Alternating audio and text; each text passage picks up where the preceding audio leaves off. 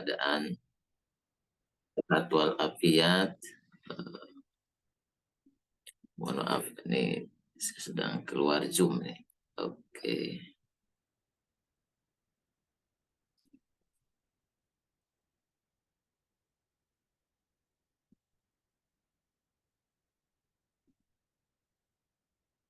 Recording in progress. Alhamdulillah kita kembali berjumpa di malam Jumat yang penuh dengan keberkahan. Satu hari di mana kita riadoh untuk memperbanyak salawat kepada Rasul Sallallahu Alaihi Wasallam. Boleh ditulis di chat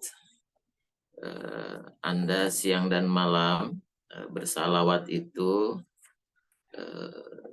berniat, berkomitmen pada diri Anda sendiri berapa kali, silakan ditulis di chat.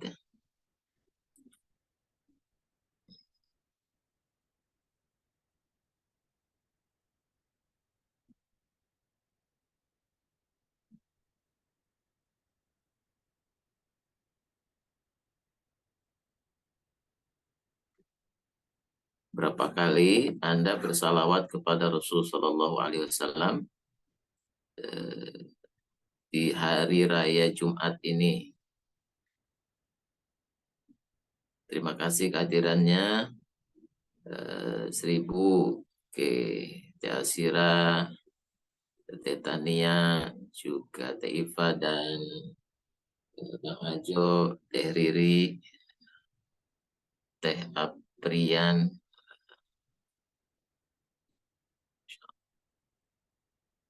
Nah, karena dalam konsep kerja, dalam konsep amal soleh, juga Bang Nahrul Rajab, sesuatu yang diniatkan,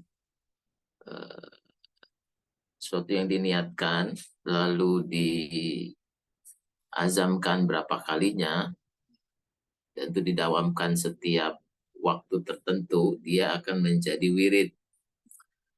Apa kelebihannya? Kelebihannya jika dia sudah diniatkan, dia sudah diistiqomahkan bahwa setiap Jumat saya akan bersalawat 40 kali, 100 kali, 1000 kali. Jika suatu saat di hari raya Jumat itu dia sedang ada kesibukan, ada aktivitas, maka malaikat akan mencatatnya sebagai amal yang tidak pernah ditinggalkannya. Amal yang bersambung, istimror. Entah itu dalam satu kesibukan atau dia sedang sakit misalkan. Maka malaikat akan mencatatnya sebagai amal yang selalu dilakukannya. Jadi penting untuk melakukan amal dengan kecerdasan niat. Jadi ketika kita beramal, cerdaslah dalam niat. Kenapa? Karena innamal a'malu biniat. Karena amal itu juga satunya tergantung dari niat. Tergantung apa yang muncul dalam kolbu Anda yang terdalam. Lalu dia keluar melewati jiwa Anda, lalu melewati pikiran dan perasaan Anda, lalu berubah menjadi satu tindakan. Nah, proses itu dimulai dengan niat. Berapa kali di hari raya Jumat ini. Oke. Lalu juga salah satu bentuk supaya amal kita cerdas itu jenis salawatnya tidak hanya satu. Jadi versi salawat yang Anda ucapkan itu bisa macam-macam. Nah, kalau teman-teman kira-kira nih yang menyimak di sini, Teh Lian yang paling jauh, kira-kira ucapan salawatnya apa yang biasanya diucapkan?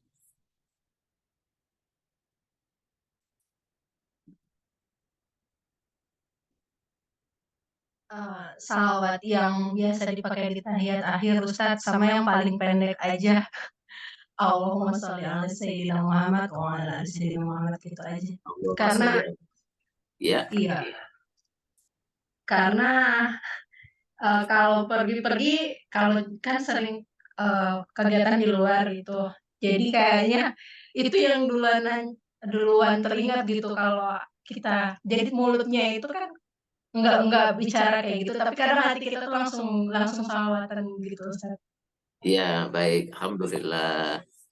Jadi Cuman sama. ya kadang agak agak ini emang Ah, masih berusaha. baik, jazakumullah khair. Jadi yang paling penting adalah dalam zikir itu yang penting kesadarannya. Jadi fadkuruni adkurkum, fadkuruni adkurkum. Zikirlah kepadamu, maka aku akan berzikir kepada kalian. Jadi yang harus kita lakukan pertama kali adalah fadkuruni. Terus menerus untuk melakukan zikir. Zikir ini di dalamnya ada doa. Zikir ini juga bisa diartikulasikan dengan ucapan. Zikir itu bisa dalam bentuk hati. Zikir itu bisa dalam bentuk tindakan yang dilakukan oleh tubuh kita. Nah, mana yang lebih utama dalam konteks zikir tadi? Tentu kalau keutamaannya ada di kolbu, oke, di dalam hati. Namun kesempurnaannya kalau dilakukan di tiga ini, satu zikir hatinya zikir, lisannya berzikir, dan tindakannya menunjukkan kekhusyuan dalam zikirnya itu. Itu sempurnaan zikir yang sempurna. Fadkuruni, kalau seseorang terus-menerus berzikir, kayak tadi misalkan Tehliya, Allahumma sholli ala Sayyidina Muhammad, wa ala Sayyidina Muhammad, yang paling pendek biasanya di Arab Saudi itu ada banner-banner di pinggir jalan banyak banget gitu kan, cuma tulisan Sallu ala Nabi, bersalawat kepada Nabi. Bahkan tidak disebutkan wa alihi dengan keluarganya, karena salawat seperti itu saja sudah luar biasa. Salawat yang sederhana, salawat yang pendek, tapi yang penting adalah kita ada dalam kesadaran ketika bersalawat. Fadkuruni menunjukkan bahwa kesadaran itu harus muncul dan ritme itu mesti ada. Jadi di situ di ayatnya fadkuruni, berzikirlah kepada aku. Ada huruf nun di sini. Ada huruf nun. Huruf nun seperti surat Al-Qalam, nun wal qalami wa ma yasturun, itu menunjukkan satu sistem. Kalau dalam konteks diri kita menunjukkan habit. Jadi Anda semua punya habituasi ya, punya kebiasaan untuk berzikir. Nah, salah satunya di hari raya Jumat ini salawat kepada Rasul Muhammad Sallallahu Alaihi Wasallam. Nah, ketika zikir ini terus dilakukan, maka yang terjadi tadi boleh yang akan terjadi, hatinya akan gerak dengan izin Allah terlebih dahulu dibanding lisan. Ada yang memulai zikirnya itu melalui pikiran, misalkan seperti ini. Ada yang tidak terbiasa, ada yang biasa sholat duha misalkan, tiba-tiba suatu saat dia terbersit, oh iya saya belum sholat duha. Artinya pikirannya berzikir, ada blink untuk melakukan aktivitas sholat duha. Atau blink, tiba-tiba ada ingin sedekah, jadi aktivitasnya ingin sedekah. Bling-bling seperti ini adalah gift, hadiah dari Allah Subhanahu wa Ta'ala kepada Anda. Maka bersyukurlah terhadap hadiah itu. Nah, ada yang justru yang terjadi, dia merasakan kedamaian dan kedamaian itu muncul dalam kolbunya itu melalui salawat kepada Rasulullah SAW. Jadi hatinya terkoneksi dengan salawat yang ia terus-menerus dawamkan baca. Nah, ini jauh lebih powerful. Kenapa? Karena orang yang muncul dalam dirinya, salawat dalam hatinya sesaat, itu satu hal yang keren banget. Sesuatu yang ada pada puncaknya. Bahkan kedamaian, ketenangan, kegembiraan, kebahagiaan muncul itu tanpa sebab, atau disebut dengan unconditional love. Gitu. Cinta yang nggak butuh kondisi tertentu. Gitu. Cinta yang nggak butuh bunga, cinta yang nggak butuh perhatian, cinta yang nggak butuh sapaan, cinta yang nggak butuh senyuman, cinta yang nggak butuh ada sesuatu yang indah yang diindra oleh panca indera kita, mata, telinga.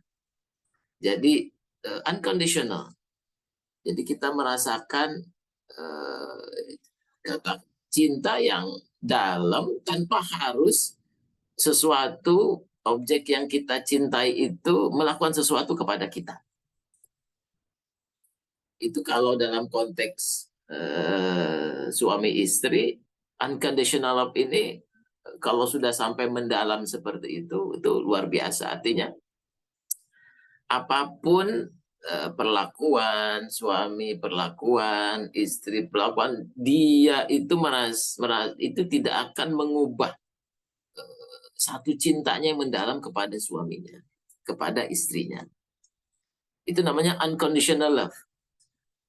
Namun seringkali cinta itu hadirnya koneksivitas itu karena sebab dia baik, karena sebab dia tersenyum, karena sebab dia melakukan apa yang kita minta, karena sebab dia melakukan pelayanan kepada kita. Jadi ada kondisi-kondisi tertentu yang membuat seseorang suka dengan sesuatu.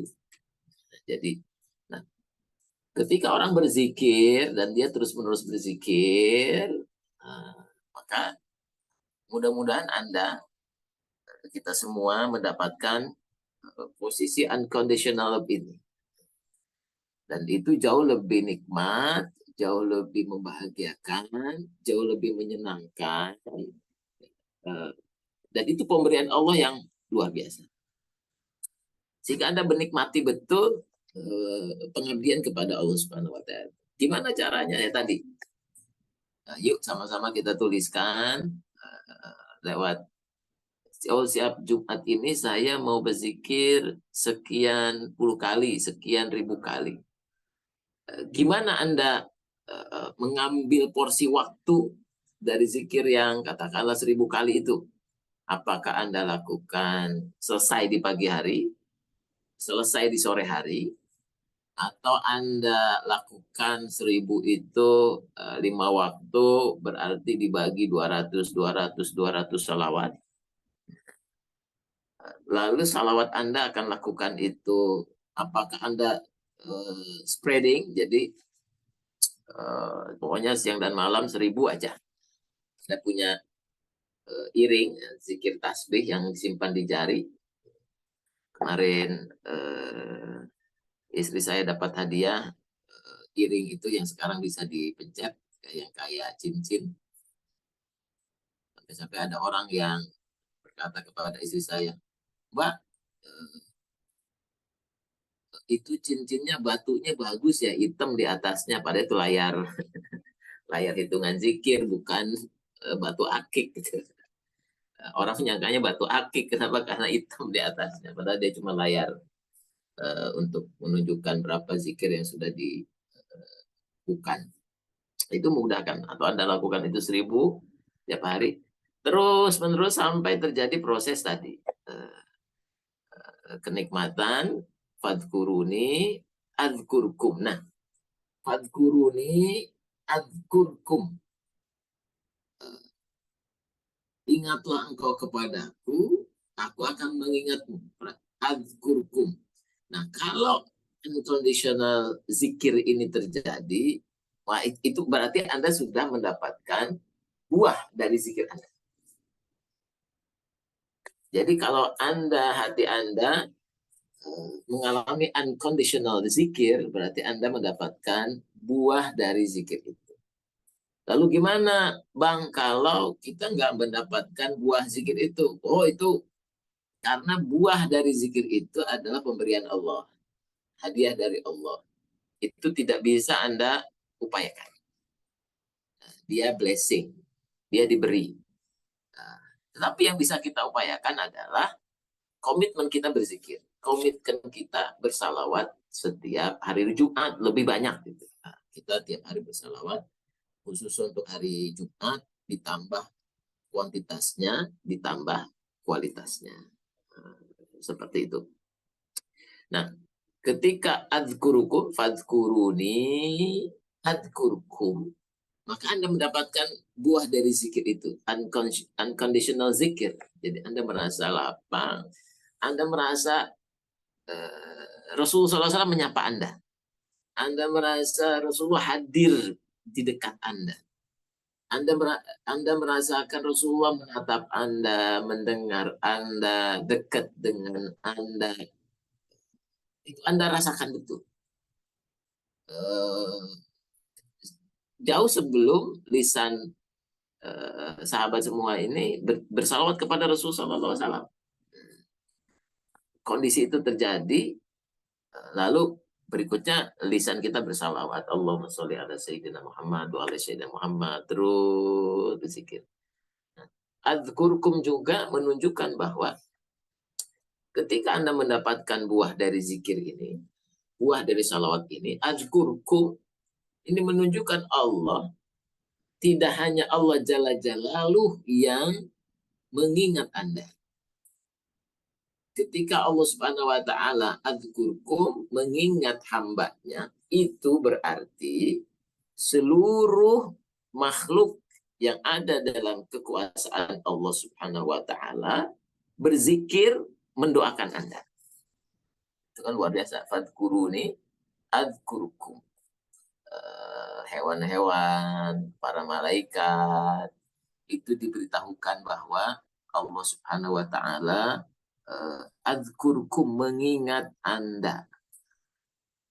Sehingga Anda merasakan kehidupan semesta, lingkungan di luar diri Anda ini menjadi sangat indah, sangat nyaman. Angin, air, pepohonan, binatang-binatang, langit, bumi, gunung, sungai, itu terasa ada koneksi Anda dengan alam semesta ini. Fadkuruni adzkurkum. Nah, sebagaimana dalam hadis Allah Jalla menyampaikan, ketika Allah Subhanahu wa taala mencintai seorang hamba, maka Allah akan memberitahukannya kepada malaikatul muqarrabin, para malaikat yang terdekat di sisi Allah Subhanahu wa taala, bahwa aku mencintai fulan bin fulan. Maka para malaikat ini mengetahui bahwa Allah mencintai fulan bin fulan. Maka para malaikat ini menyampaikannya kepada malaikat di bawahnya, sampai kepada malaikat yang ada di langit paling bawah di dunia ini, dan disampaikan kepada seluruh makhluk yang ada di bumi ini, pada gunung, kepada pohon, pada tanah, pada air, pada api, angin, semuanya disampaikan bahwa Allah mencintai fulan bin fulan. Nah, terjadi koneksivitas yang luar biasa di dunia energi, ya, katakan kalau bahasa fisikanya, di dunia energi antara diri orang itu dengan sekelilingnya. Nah, itu terjadi karena orang itu wa ma umiru illa liya'budullaha mukhlishina lahuddin, dan mereka melakukan itu karena mengikhlaskan pengabdiannya kepada Allah Subhanahu wa taala. Nah, demikian sahabat semua yang dirahmati Allah Subhanahu wa taala, kenapa kita yuk dari Jumat ke Jumat ini kita mulai Jadi jadikan pertemuan Jumat ini sebagai tadkirah, sebagai pengingat Anda bersama pasangan Anda, keluarga Anda untuk yuk kita sama-sama bersalawat kepada Rasul Muhammad Shallallahu Alaihi Wasallam. Baik, sahabat semua yang dirahmati Allah Subhanahu Wa Taala, di bulan Rabiul Akhir, kita sekarang sudah ada di bulan Rabiul Akhir ya.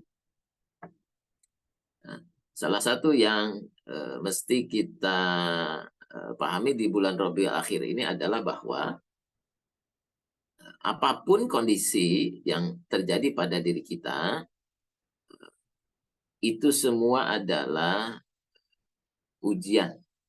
Oke. A'udzubillahi minasyaitonir rajim.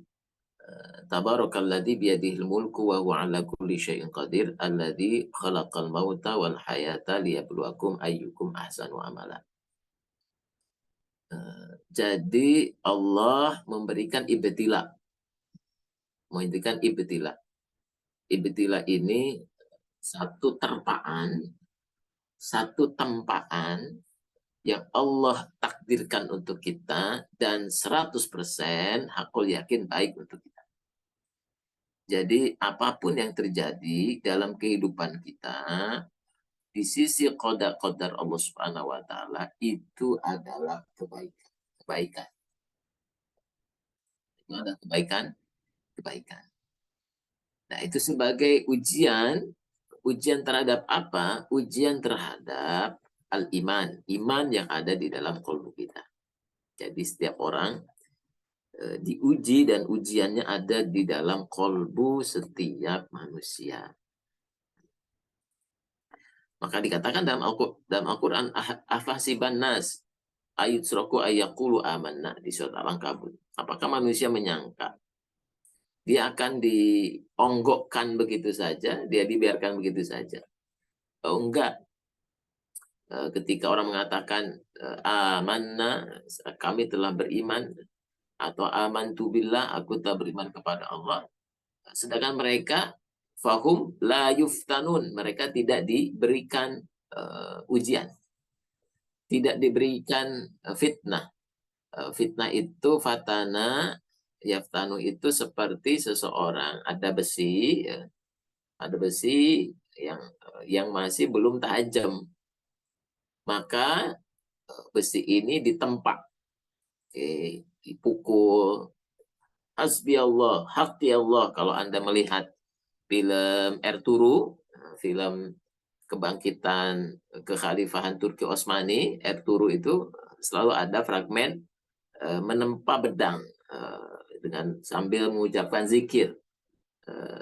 Haqi Allah, hasbi Allah, jadi kebenaran milik Allah Subhanahu wa Ta'ala dan sebagainya. Itu yang sambil mukul pedang itu sambil berzikir kepada Allah Subhanahu wa Ta'ala. Masya Allah ya, satu film yang mengajarkan demikian kuatnya aktivitas zikir, sehingga aktivitas menempa pedang, selama menempa itu, memukul pedang itu, selama itu pula berzikir kepada Allah Subhanahu wa Ta'ala. Nah, itu bisa juga dicontohkan kalau Iva lagi ngiris bawang itu kan, ngiris bawang ya, sambil zikir itu kan, hasbi Allah, hasbi Allah itu kan.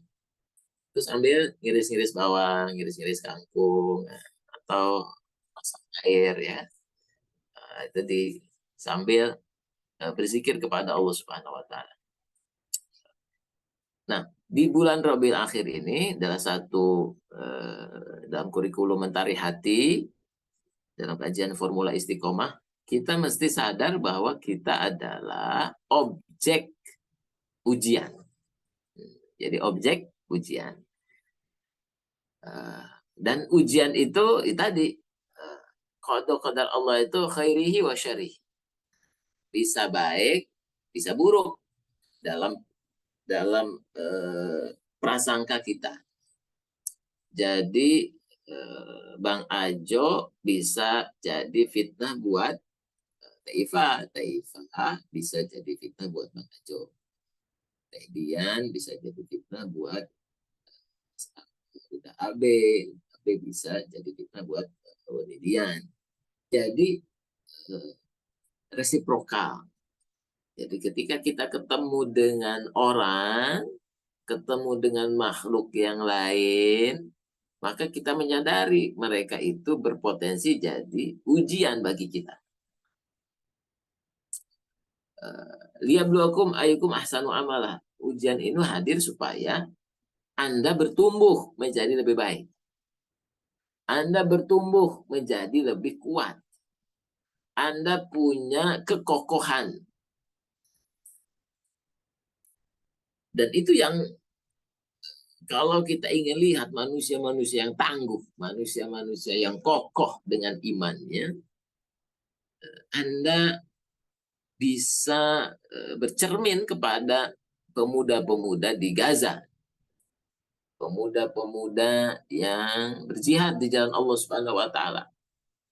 Itu Anda bisa bayangkan bagaimana konsistensinya, bagaimana persistensinya, bagaimana terpaan fitnah yang diberikan kepada mereka, yang ditakdirkan kepada mereka dari orang-orang zalim, dari orang-orang kafir, dari orang-orang musyrik, dari orang-orang munafik, itu semuanya berkumpul menjadi satu dan memberikan fitnah terburuk kepada para pejuang, para mujahid di Palestina. Jadi kalau ada hadis Rasulullah SAW, kita semua, Anda semua, tidak akan pernah lepas. Rasul mengatakan tidak akan pernah lepas dari ujian ini. Jadi Anda akan merasakan fitnah dari orang kafir. Anda akan mendapatkan fitnah dari orang munafik. Anda akan mendapatkan fitnah dari orang fasik, para pendosa.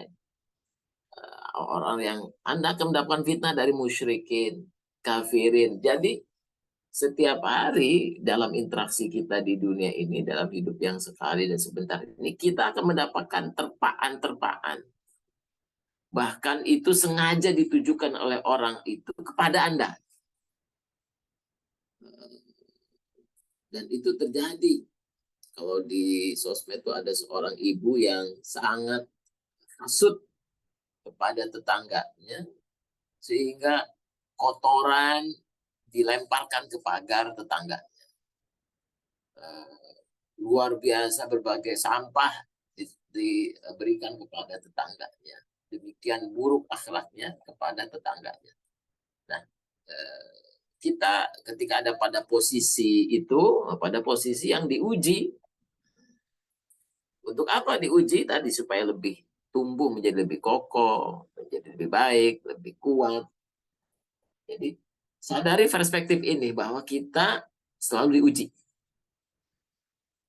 Liyabluwakum ayyukum ahsanu amala. Ujian keimanan itu Allah ingin melihat kepada kita siapa yang paling baik amalnya. Dan Allah tegaskan, walaqad fatanna alladziina min qabl. Aku telah menguji orang-orang sebelum kita. Jadi bapak ibu kita, kakek nenek kita, semua diuji. Hatta ya'lamu, sampai Allah Subhanahu wa taala mengetahui mereka yang as-sadiqin, mereka yang benar, wal kadzibin, dan berdusta. Benar dengan imannya dan berdusta dengan keimanan yang ada di dalam hatinya. Hari ini saya bersedih, berduka. Kenapa? Karena keponakan semalam meninggal dunia. Maka tadi pagi bertakziah ke Bogor. Usianya masih muda, 29 tahun. Memiliki 2 putra yang masih balita. Boleh jadi yang 1-2 tahun, yang satu masih 5 tahun. Yang anak yang tertua tidak mengerti apa yang terjadi kepada papahnya. Gitu. Dan luar biasa tempaan yang diberikan kepada istrinya pada usia yang relatif muda. Istrinya kalau suaminya 29, biasanya istrinya sekitar 25 tahun, 26 tahun. Ketika akan bilang hari ini menjadi yatim. membesarkan anak yang masih kecil. Dan itu qada dan qadar Allah Subhanahu wa taala yang diuji pada setiap kita. Maka sahabat semua sadari bahwa kita sedang selalu dan terus-menerus ada dalam ujian Allah Subhanahu wa taala, dan ujian itu bisa berupa kelapangan, bisa berupa kesempitan, bisa berupa kekayaan, juga takdir kemiskinan. Artinya apa? Dan yang lebih dikhawatirkan oleh Rasulullah SAW adalah ketika kita diuji dengan kelapangan. Di Indonesia semuanya serba nyaman, boleh jadi kalau dibandingkan dengan Palestina yang tidak ada air, tidak ada listrik, tidak ada makanan, itu saja udah luar biasa ujiannya. Sudah seperti itu, dikondisikan di penjara ruang geraknya, tidak bisa mencari makanan leluasa di lautan, tidak bisa bercocok tanam dengan leluasa. Itu kezoliman, fitnah yang diberikan kepada orang-orang zolim kepada mereka. Tidak hanya itu, orang-orang zolim itu, Zionis itu sangat menginginkan hilangnya nyawa mereka, dan itu dilakukan berbagai macam upaya dengan kekuatan yang mereka miliki, dengan rudal-rudalnya, dengan helikopternya, dengan bom-bomnya, dengan rudalnya. Itu demikian dahsyatnya. Sampai saya temukan hari ini ada seorang yang terkena rudal, dan Allah memberikan satu tanda-tanda kebesarannya. Mereka semua dalam satu bangsal yang luas itu, dalam satu ruangan yang luas, mencium harum yang luar biasa. Harum wangi misik yang luar biasa meliputi seluruh ruangan itu, sehingga mereka pun terasa enggan untuk mengangkat jenazah ini karena wangi yang luar biasa yang dihadirkan oleh syuhada ini, yang betul-betul sampai isi ruangan begitu wangi, dicium oleh orang-orang yang menyaksikannya, oleh dokter, orang para medis. Itu bagian dari kebenaran yang Rasulullah SAW sampaikan, bahwa demikianlah orang-orang yang Allah pilih sebagai syuhadanya, diberikan kehormatan wangi, sehingga kalaupun mereka dikubur, maka Allah berikan kehormatan, kemuliaan. Bumi ini tidak akan menghimpit mereka. Prosesi pembusukan tubuh tidak akan terjadi kepada mereka. Masya Allah. Itulah kebesaran Allah Subhanahu wa taala kepada para mujahid, dan itu disaksikan oleh orang-orang di sekeliling yang masih hidup. Dan itu tentu tidak akan bisa dijelaskan dengan teknologi kenapa bisa seonggok jenazah itu kan, yang manusia terdiri dari tulang, darah dan daging, bisa mengeluarkan satu wewangian yang luar biasa kuat yang dicium oleh orang-orang yang ada di dalam ruangan itu. Itulah mereka yang telah memberikan yang terbaik terhadap ujian apapun yang Allah berikan kepadanya. Dan mudah-mudahan kita semua adalah orang yang ada dalam kesadaran di bulan Rabiul Akhir ini. 5 bulan lagi kita akan ketemu Ramadan, bahwa kita semua senantiasa diuji oleh Allah Subhanahu wa taala. Terima kasih. Jazakumullah khairan katsiran. Assalamualaikum warahmatullahi wabarakatuh. Waalaikumsalam warahmatullahi wabarakatuh. Jazakumullah Ustaz. Silakan apabila ada teman yang ingin ditanyakan. Tadi kajian kita mengenai ujian ya, Masya Allah. Semua pasti mengalami. Mungkin ada yang ingin sharing. Silakan.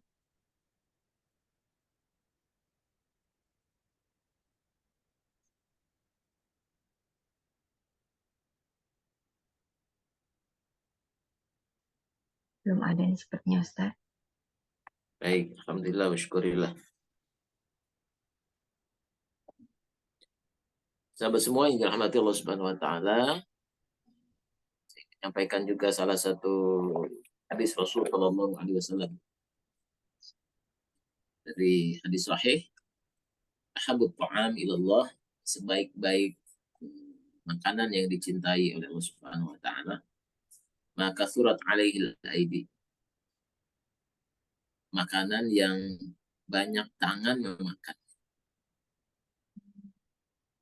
Jadi memang makanan dalam satu nampan lalu dimakan bareng-bareng itu makanan yang terbaik.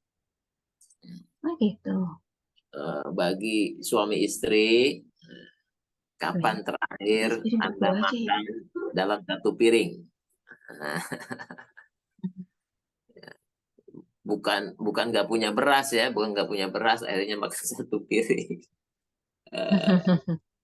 Tapi Anda membiasakan tadi ahabbut ta'am ilallah, sebaik-baik makanan yang Allah cintai, yang kathurat alaihil aidi, jadi banyak tangan di satu makanan itu. Kan ada kita makan liwet, nasi liwet ditampar pakai daun pisang. Wow, itu makan bareng-bareng, rame-rame. Itu ahabbut ta'am ilallah. Itu makanan yang paling Allah cintai. Jadi kalau Anda beli sesuatu buat anak, ya, yo nimbrung dengan makanan anaknya, bareng-bareng.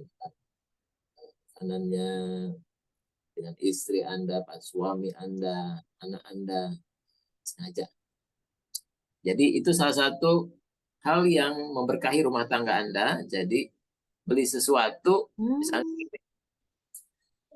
Anda pesan misalnya buat anak Anda ada 3, ada 2, misalnya, pesan. Loh, kok Mama nggak pesan? Enggak, barengan sama adik aja. Nah, barengan sama ini. Nah, artinya karena pingin makan dalam satu tempat yang sama. Nah, jadi kalau mau selesai masih, dan tentunya makanan untuk berdua cukup untuk berempat. Makanan untuk berempat cukup untuk berdelapan. Itu barokah dari makan bersama. Jadi Allah berikan keberkahan kepada makanan itu, juga diberikan kekenyangan lebih kepada orang yang makan bareng-bareng, juga diberikan kebahagiaan, kesenangan kepada orang yang makan bareng-bareng.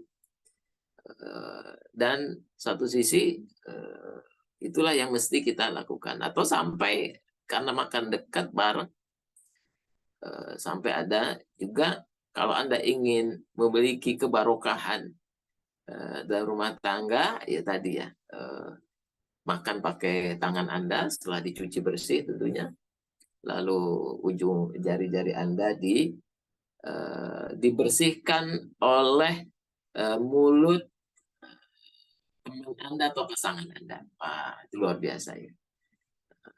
Jari-jarinya biasanya kan jari kita kalau makan padang itu tangan kita yang membersihkannya melalui mulut kita, dan ini dibersihkan melalui mulut pasangan kita. Nah, itu luar biasa. Itu bisa dipraktekkan tuh kemesraan di antara suami istri atau dengan keluarga anaknya.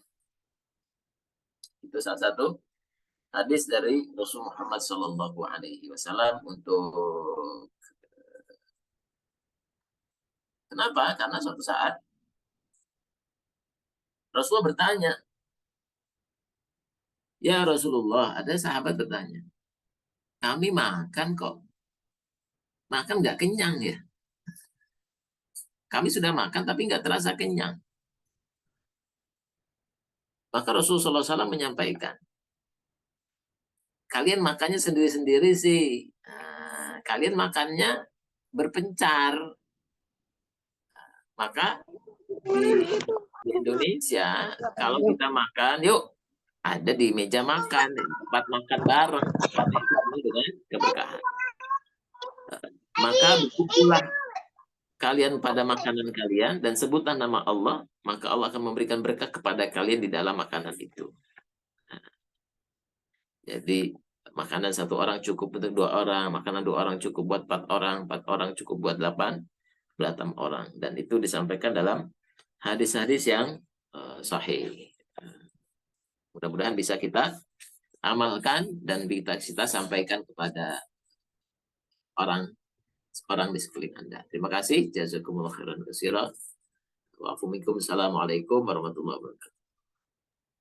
Waalaikumsalam warahmatullahi wabarakatuh. Baik, jazakumullah Ustaz. Kita cukupkan malam ini yang Ustaz untuk kajiannya ya Ustaz ya. Baik, jazakumullah khair. Semuanya sehat ya. Ya. Sebelum tutup tapi kita harus foto-foto dulu nih ya. Siap. Mari kita foto dulu bersama. Silakan dibuka kameranya. 1,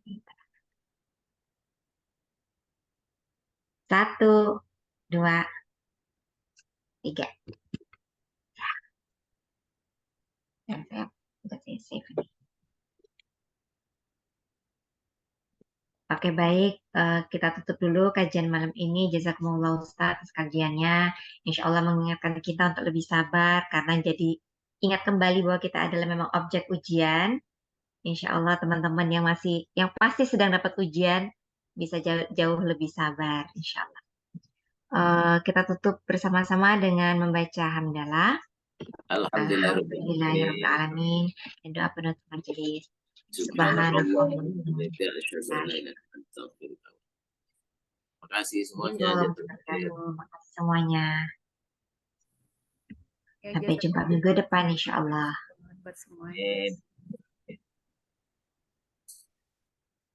Jazakumullah Ustaz. Ya. Jazakumullah Ustaz dan semua tim. Ya.